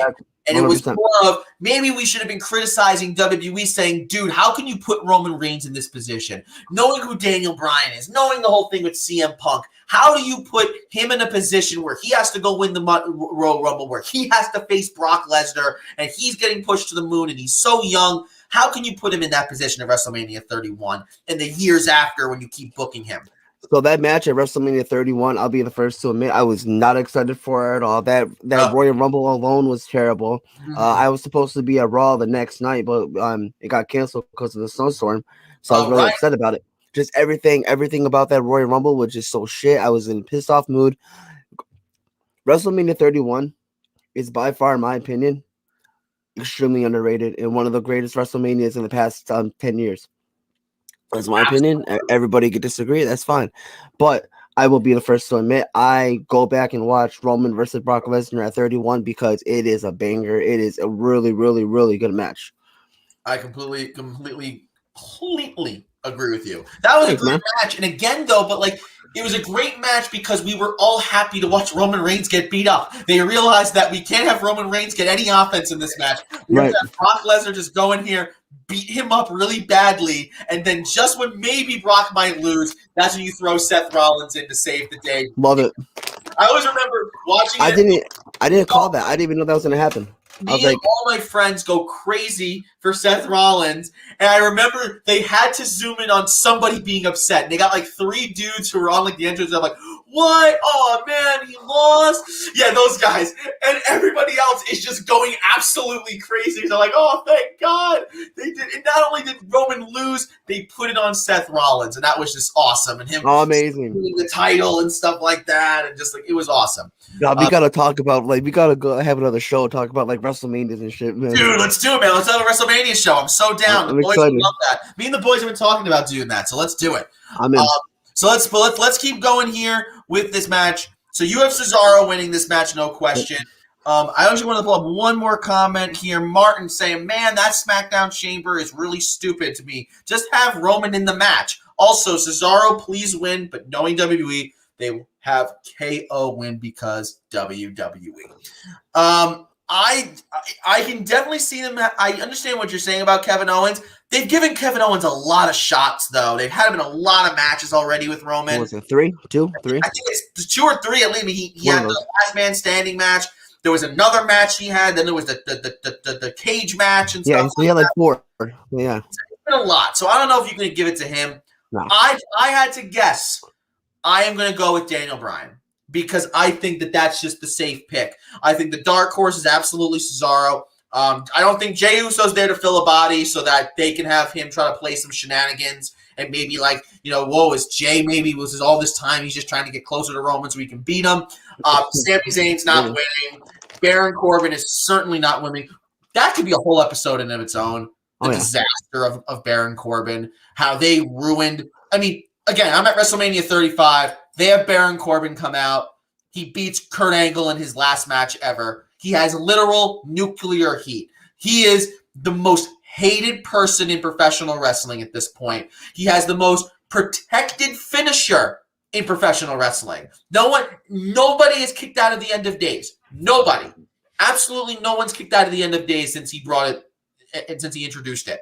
Really? And yeah, I think I think they talk about how it's one of the most. He talked about how they've kept it as that way, that no one's ever kicked out of the end of days, and how you have all those factors in, and you don't at any point make him feel like a credible person to be someone to face a champion. Exactly. It's just crazy to me. How do you not give him anything to work with? Instead, you give him bad character after bad character. And I'm sorry, the King Corbin thing, I get it. He won King of the Ring how long ago now? I don't even remember. I mean, it's horrible. Please, just get it over with. Bring back Baron Corbin, make him a badass, and let him do some badass things. But I don't think he's doing this. I feel like they should bring back the King of the Ring as a yearly pay-per-view. They should bring back that's fine. I also think if you're going to do that, though, can we agree that make it that if you win King of the Ring, it means something? Yes. Because I hate when people win King of the Ring and it means absolutely nothing. King Booker, in my opinion, he made it something. He made it special. It was stupid. It was silly, but it was good. It was good. Exactly. Exactly. And he won. But I think something like if you win King of the Ring, you should get the number 30 spot in the Royal Rumble that year. If you win King of the Ring, you should get to have a title match at the next pay-per-view or a pay-per-view of your choosing. You should do something that makes winning the King of the Ring mean something. I think far too often, the problem is this also. The King of the Ring tournaments need to actually feel like King of the Ring tournaments. Right. So often it's just like random mid-carders mixed with some slightly upper mid-carders, and then someone who's nowhere.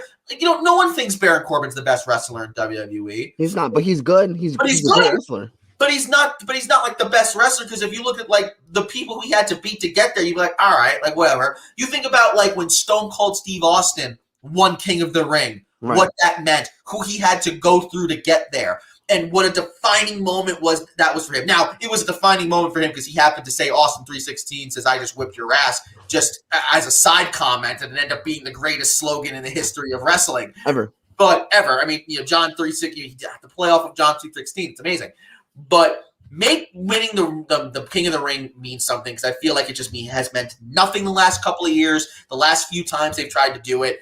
And I think it's why it stops them. They get confused. They're like, oh, people don't really seem to love the King of the Ring as much. I wonder why. Because you make it useless. No one cares. If you give us nothing to care about, then we're not going to care. Exactly. Care. You can't just. It's kind of those things where you can't tell someone to care. You have to give them a reason to care. You can't go up to them and say, care about this. Why? Just care about it. Yeah, just care about it. That's it. Just love it. Love it or hate it. Nick, have an emotional attachment to it. Nick, just care about it. I don't want to just care about it. Give me a reason to. That's why we hate people. That's why the internet wrestling fans are the worst, because we just have to find things to hate about people so that we have a reason to be emotional. Yeah, but I'll admit, a lot of people will say that us wrestling fans are the worst fans in everything, human history. Us wrestling fans are the most ignorant motherfuckers you guys will ever meet. Nothing ever pleases us. We're never happy with anything. Never. When we get I feel like when we get something we want, it's like, okay, that's not how I pictured it. We're going down such a side road right now, but I have to always bring this up. I'll never forget the day they gave us Seth Rollins versus Dolph Ziggler for the Intercontinental Championship in a Iron Man match. That was like a match that internet fans would be like, oh my God, that's a dream match. They'll never get. They give it to us. And the biggest thing people remember about that match is the countdown clock of the fans going, every time, and counting down 10, 10, 10, and they had they took away the clock, and then they were booing, then they took away the clock, then they had to bring back the clock. Oh my God. It was so embarrassing and stupid. We're awful. We are awful wrestling fans. I said, this is why they don't give us what we want. Because when they give us what we want, we suck. We don't appreciate it. You don't get what this is. It's like the Joker movie. It's like, yo, you fucking deserve. This is what you get. Seriously. Exactly. You get to fucking deserve. Boom. And we wonder why it happens. But so true. So let's get back to Elimination Chamber for a second. My God. Justin, me and you obviously need to do more shows together. 100%. We got so much stuff to talk about. But let's get back to it again. This is the Universal title match, Universal Elimination Chamber match for a match later on in the night, which means the winner of this match is going to face Roman Reigns at the end of the pay-per-view anyway.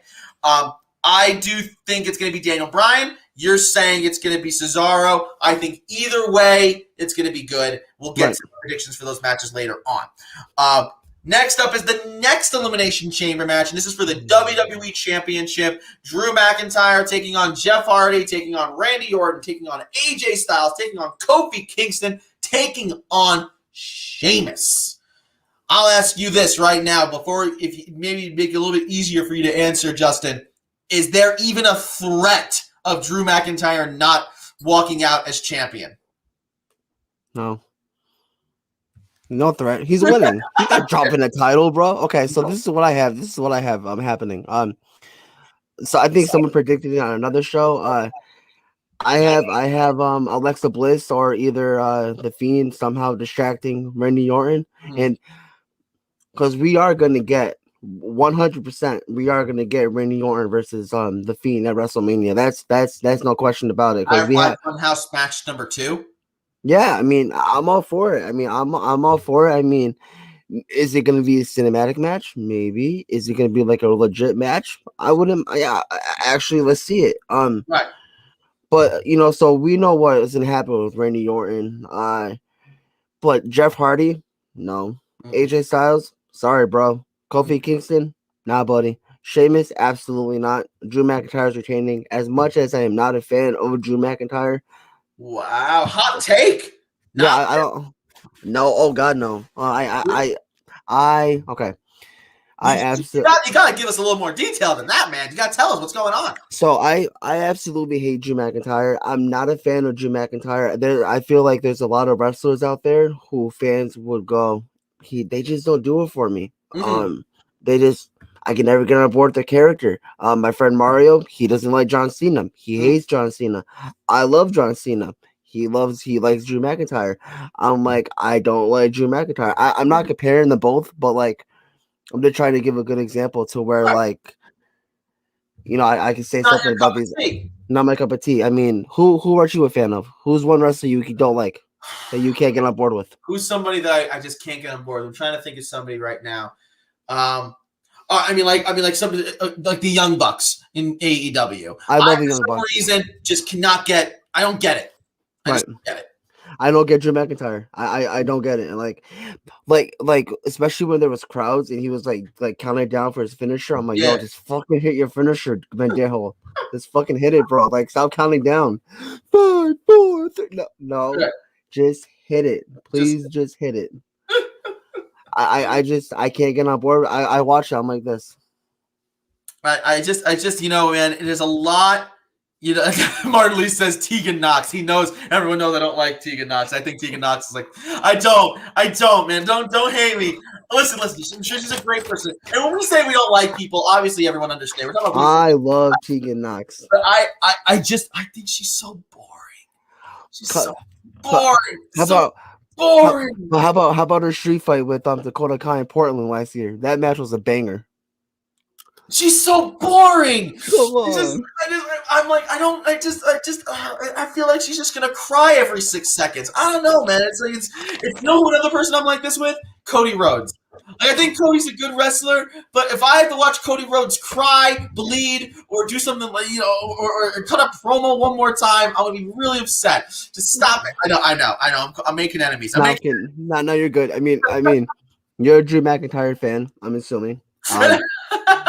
I'm a Cody Rhodes fan. I love the Young Bucks. I love Tegan Knox. I cannot wait for her to come back. But yeah, Drew McIntyre. As much as a fan, I am not. As much as I hate. Sorry, I can't talk today. I had a long day at work. But these kids drive me crazy, bro. Oof. Yeah, as much as I don't like Drew McIntyre, You and I know, everybody watching, everyone listening, everybody who's going to be tuning in for the Chamber this Sunday on the WWE Network knows Drew McIntyre is not losing that title. And eventually, at one point, you'll be watching it on Peacock. Peacock, yes. Peacock or Network. I'm excited for that. I mean, that's gonna be really cool. I mean, not for nothing. That's gonna be fun as long as I don't have to watch freaking ads. I'm about that. I think you gotta pay $10 a month, which isn't bad. So you're paying $10 a month for WWE Network and all the Peacock. You get there's a lot. I don't know if you saw Peacock, but there's a lot of Peacock. It's good. I mean, I love it. It's like kind of like how Netflix was just the Office machine at one point. Now the Peacock's just the Office machine. I love the Office. So like that's why I was like, when I saw they were going there, I had to get it. But I wonder how they're gonna do it though. I mentioned it a few times in my podcast, in my interviews. I'm like, are they gonna do it like Hulu does with HBO, where you go on Hulu and you scroll all the way down to the bottom and you see HBO Max and you click it and it just brings you to HBO? Right. So we'll see how it happens. I think that they have all these people who have all. I think they should just find a way just to merge it. Just like to me, if you have the WWE Network right now, it should just kind of be like you already have your subscrition to Peacock. They're doing that. Yeah, they're doing that. Have it be that way. Don't have it that it's like I now have to go get a Peacock account. Definitely don't just shut down the network. You know what I mean? Like you gotta like make sure people lean into Peacock. I think they are gonna do it that way though, where you're like, okay, so you have your subscription with WWE, it's automatically gonna go to Peacock. So right. You don't gotta download Peacock because it's all you're gonna have Peacock in the network. So they're gonna merge it in one. That's now, this is interesting. Martin Lee just brought up a very interesting point. It just hit me that Chamber is the last WWE network in the U.S. So many memories, man, from the network. That's crazy. Is that true? Is it the last special on the network? Because are they going to make is that possible? Yeah. Because in March, Peacock is going to be getting the network. Yeah. Wow! I did not realize it. Wow, interesting. I remember the first night because I remember the first show you can watch on the network was WrestleMania 30. It was WrestleMania 30, and I remember it was Takeover. It was Takeover. Well, there was Takeover, so like I didn't watch that Takeover, but the first main roster because I wasn't that into NXT just yet. Right. But then after WrestleMania 30, I was. But WrestleMania 30, I remember I'm gonna watch this off my PlayStation. This feels so weird. Like I'm like, what is this? Like I gotta watch this off the what? This is so weird. Because I'm like so used to like going to like like my pay-per-view channel, right. Having to stare at the $59.99 price tag and just know exactly just eat it a little bit. I don't want this. It's gonna be terrible. Can we just talk about how terrible the launch of the WWE Network was? Do you remember? I couldn't watch anything. You put on something, it lagged, it skipped, it was so bad. But oh my god. Shout out to WWE because I know they worked their asses off on they had to make it better, man. But it's sad to say WWE Network only has 2 million subscribers in 7 years. That's crazy.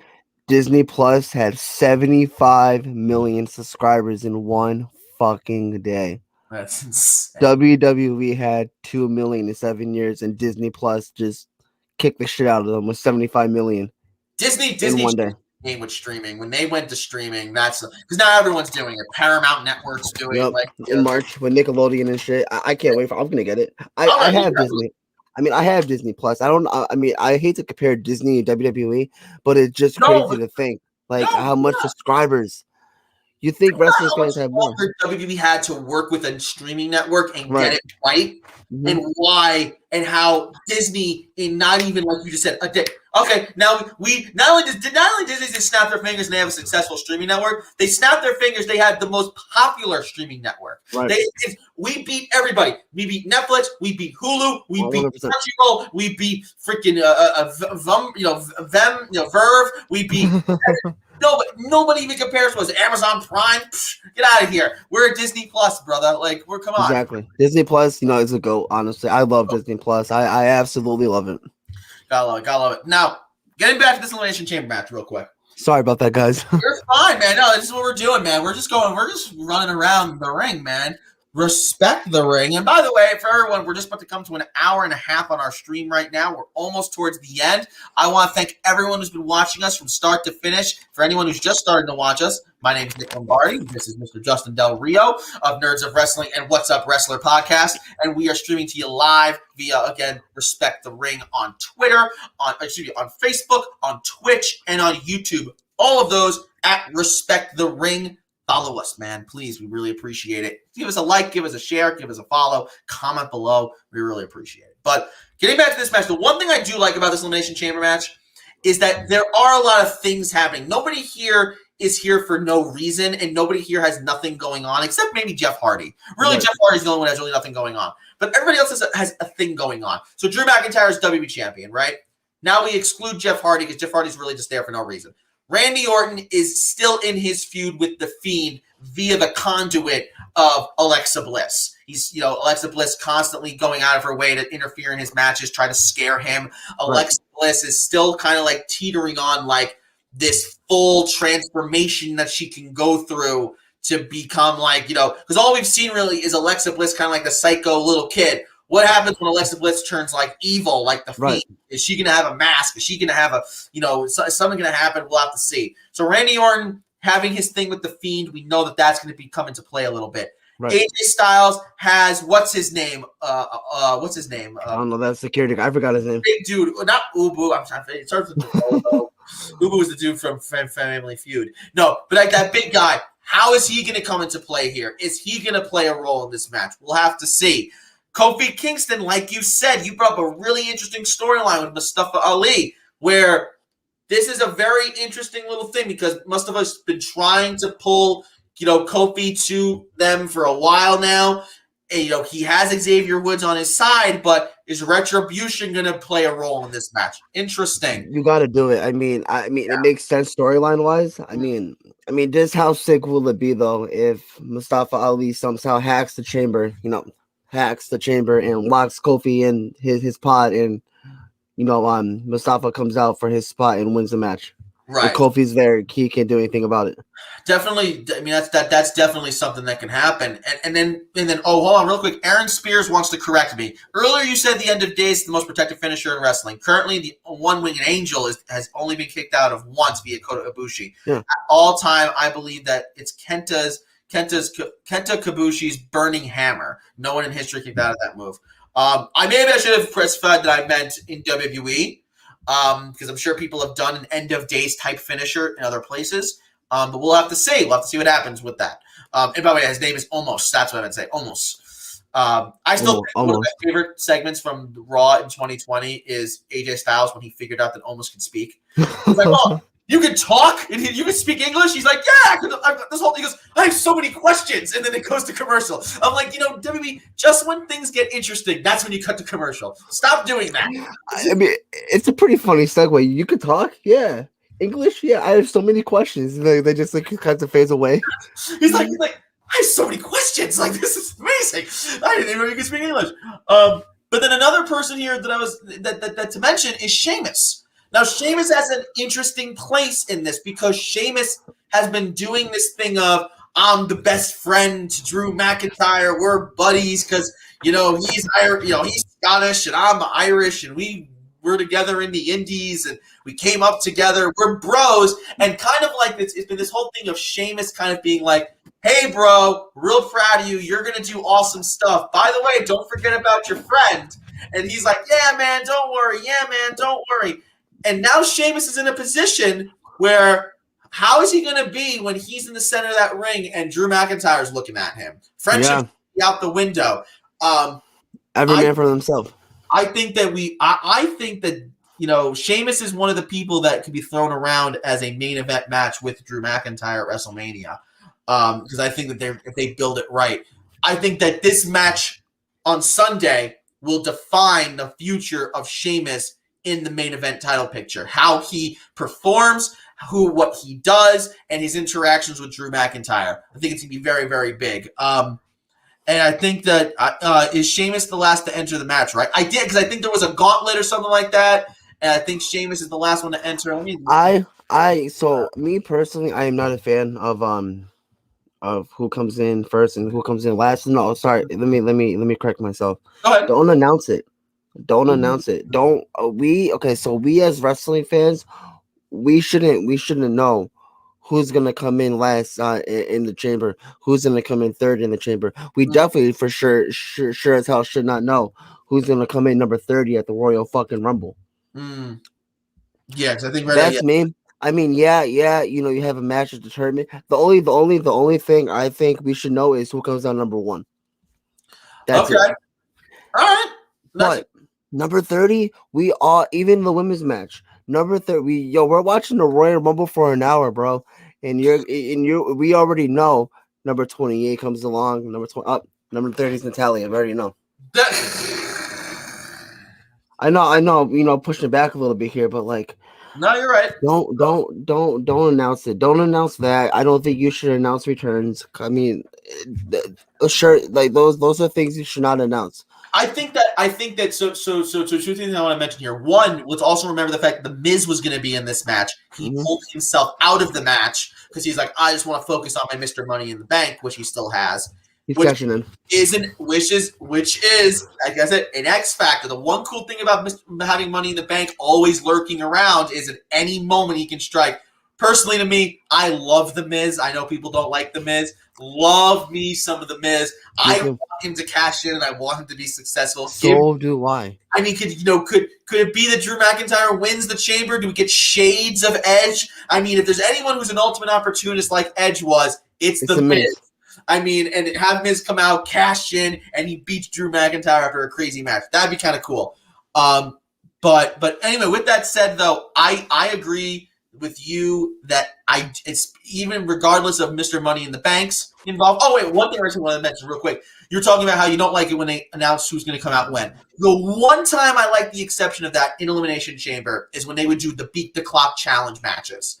And it would be that they would have somebody let's say they had started with Drew McIntyre. He would wrestle a match and he would say he wrestled it and he won the match in 10 minutes. Then it was all about beating the clock, and whoever had and it would be like whoever had the best time, they win the last spot in the chamber.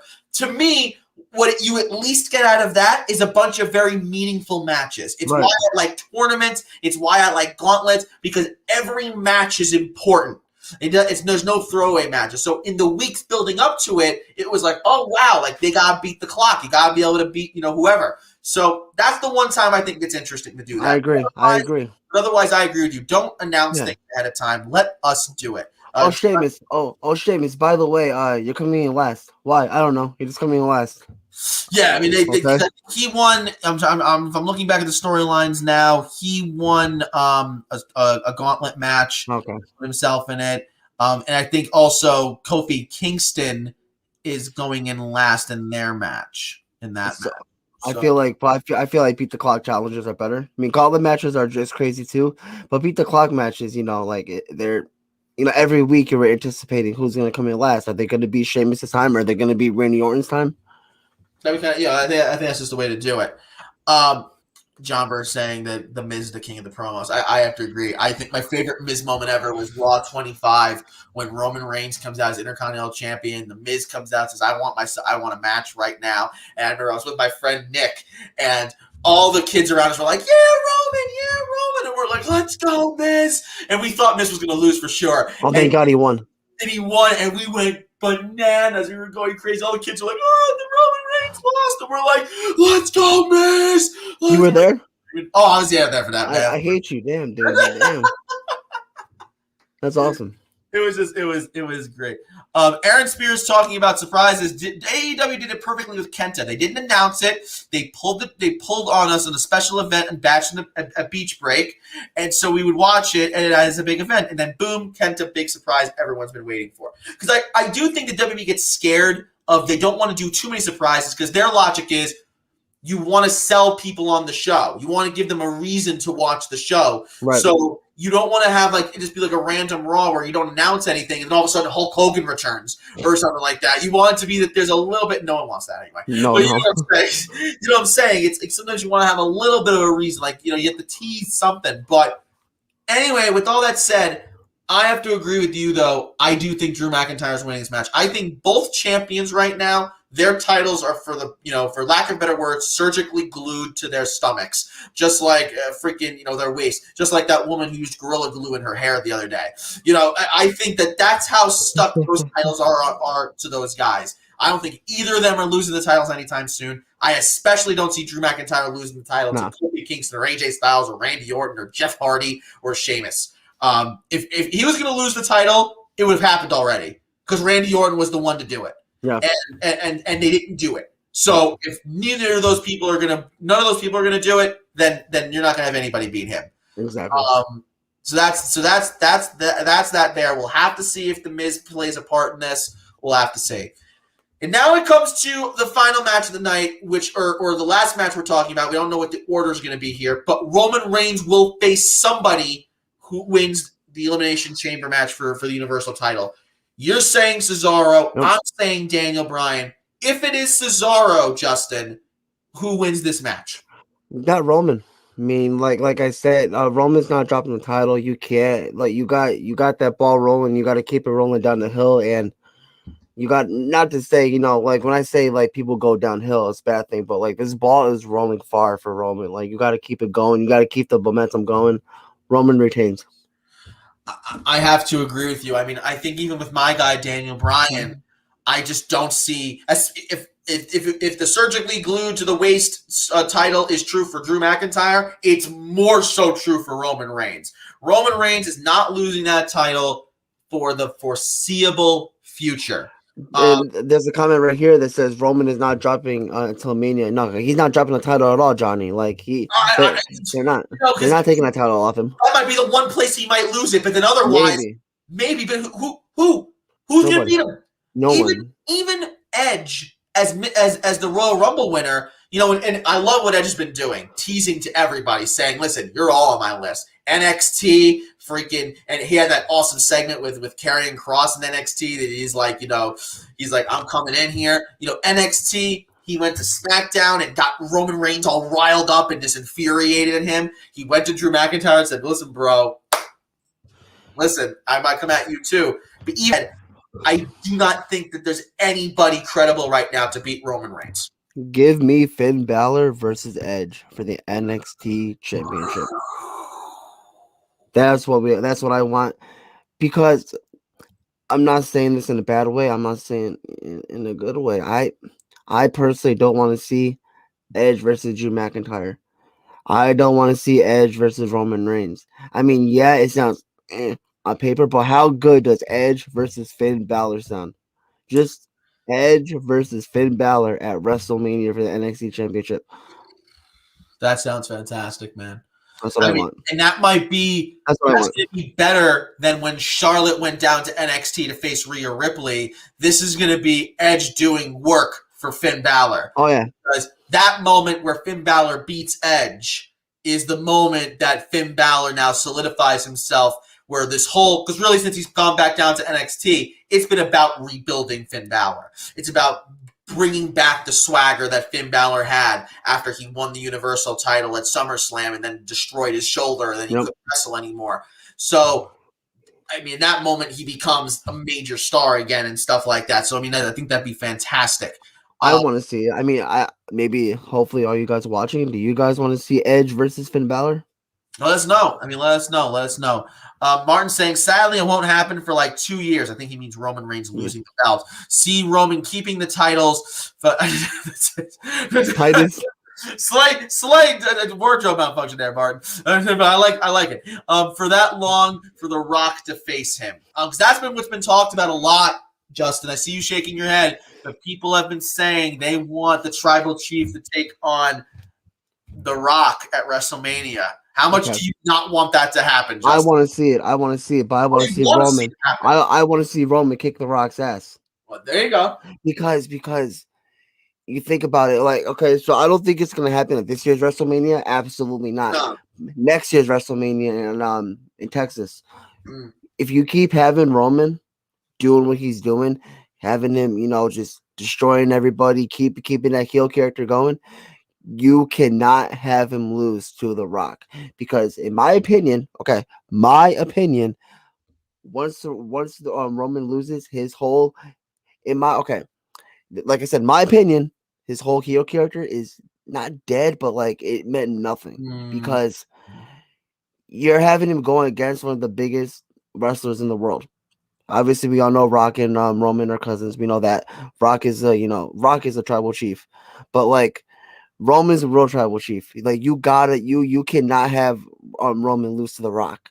You Yeah, just can't. You gotta keep that ball going for Roman. you got to keep the ball going for Roman, and you have to make it that eventually the person that beats Roman, it has to Really means something. mean something. Right. It has to, because that will be the biggest win of that person's career. That will be the biggest win of their career. Whoever beats Roman Reigns, it will be the biggest win of their career. You cannot allow it to end without there being a serious reason behind it. And also, The Rock doesn't need it. I mean, he doesn't need it. He No, doesn't need it. no, The Rock. He's not going in there to put Roman over. Roman's already over enough. But like, yeah, if you're gonna have Roman versus Rock at WrestleMania, you got to have Roman win. You can't have The Rock beat him. I completely agree with you. But with that said, I mean, I think that regardless of WrestleManias, we feel that Roman Reigns is going to walk out of Elimination Chamber with the championship. Yep, he's not losing. He's not losing.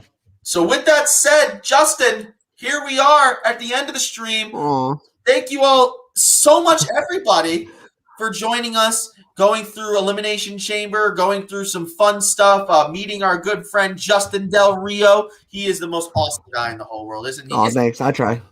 He's, you immediately have thrown all of the handsome rankings that we have here at Respect the Ring completely off, as you've already skyrocketed to the very top, Justin. Well, I try, man. I'm trying, man. I'm working hard every day on Nerds of Wrestling. I'm working very hard on What's Up Wrestler. It's a lot of work. To anybody who wants to do a podcast, do it. Just remember, it is a lot of work. It is. It's a lot of work. I mean, hey, listen, we do this just doing live streams every once in a while and stuff, and this is hard work. Yeah, and this is a lot to do, and it's a lot of time, and it's a lot of stuff to do. It's a lot of energy, and a lot of people think like, oh, you're just talking to someone about wrestling. Yeah, but like when you got people watching, you got people asking questions, you're talking to the person, you're gonna freeze a lot, and you're gonna get nervous. The more you do it, the better you become at it. I feel like I hit my my stride. I feel like I'm doing pretty good. Definitely. When I first did my podcast, oh my god, oh, terrible. I think so too. I think that you're doing awesome, and I think that, like you said, it just takes time, just doing it over and over and over and over again. You just got to keep doing it. Like once you have that, like with the wrestling in your character, once you have that ball rolling, you got to keep it rolling. You can't stop, because once you stop, like you kind of the ball stops rolling. So you got to keep it rolling. You got to keep it going. Last comment from the crowd. Justin, I'm just curious how many times people have asked you if you're related to Alberto Del Rio, because I have a feeling you've been asked that question a lot, my man. All right, so I'll tell a quick story. Around 2009, I stopped watching wrestling. I was in high school. I feel like a lot of people who were in high school, some people at least, went on a little bit of a hiatus where they stopped watching wrestling. Nick, how much? Like you just didn't keep an eye on it as much as you did when you were younger, right? How old are you, Nick? I'm 20. Today's my birthday. For all those who do not know, and I'm 26 today. Okay, I was 26 too, and I'll be 27 in August. So you're around the same age as me. You graduated at the same time as I did, probably. Right. But yeah, no, I honestly, Nick, I wasn't really paying attention either. I didn't know anything going on. I just knew about Edge retiring, and that's it. I didn't know anything about Cena and Del Rio, CM Punk, nothing. But I'll be the first to admit it. I just completely cut wrestling out of my life. I didn't want to get made fun of it in high school. Of course. So I think I was like a junior or senior in high school. Alberto Del Rio started wrestling in 2011. I'm in my class, and this kid comes up to me and goes, "Hey, are you related to Alberto Del Rio?" I go, "Who? Who the hell is that?" "Oh, you don't watch wrestling?" I'm like, "Nah, I don't watch that shit, bro." Yeah, I know. Trying to be cool in high school, and then look at me now. I'm like, dude, that come on, bro. Bro. No, bro, I don't watch that, bro. Yeah, I don't watch that. I don't watch WWE. Fuck that shit. They go, "Oh, well, there's a wrestler named Alberto Del Rio." I was like, low key, like, okay, cool. But in my head, I'm like, oh, that's pretty badass. Like, there's a wrestler with my last name. But I'm like trying to keep cool. Like, okay, whatever. Like, whatever. Ooh, that's pretty cool. I don't know. So I go home and I look up Alberto Del Rio. Mm-hmm. The first thing that pops to my mind is Okay. Why are they asking me if I'm related to him? He's Mexican. I'm Puerto Rican. Big difference. You're like, Big difference. don't you dare do that, my man. Don't you think about that shit. Yeah, so big difference. Of Yeah, course. so to answer your question, buddy, no, I am not related to Alberto Del Rio. When I first a funny story, I told Corey Graves that story at a Northeast Wrestling show a couple years ago in New York. Right.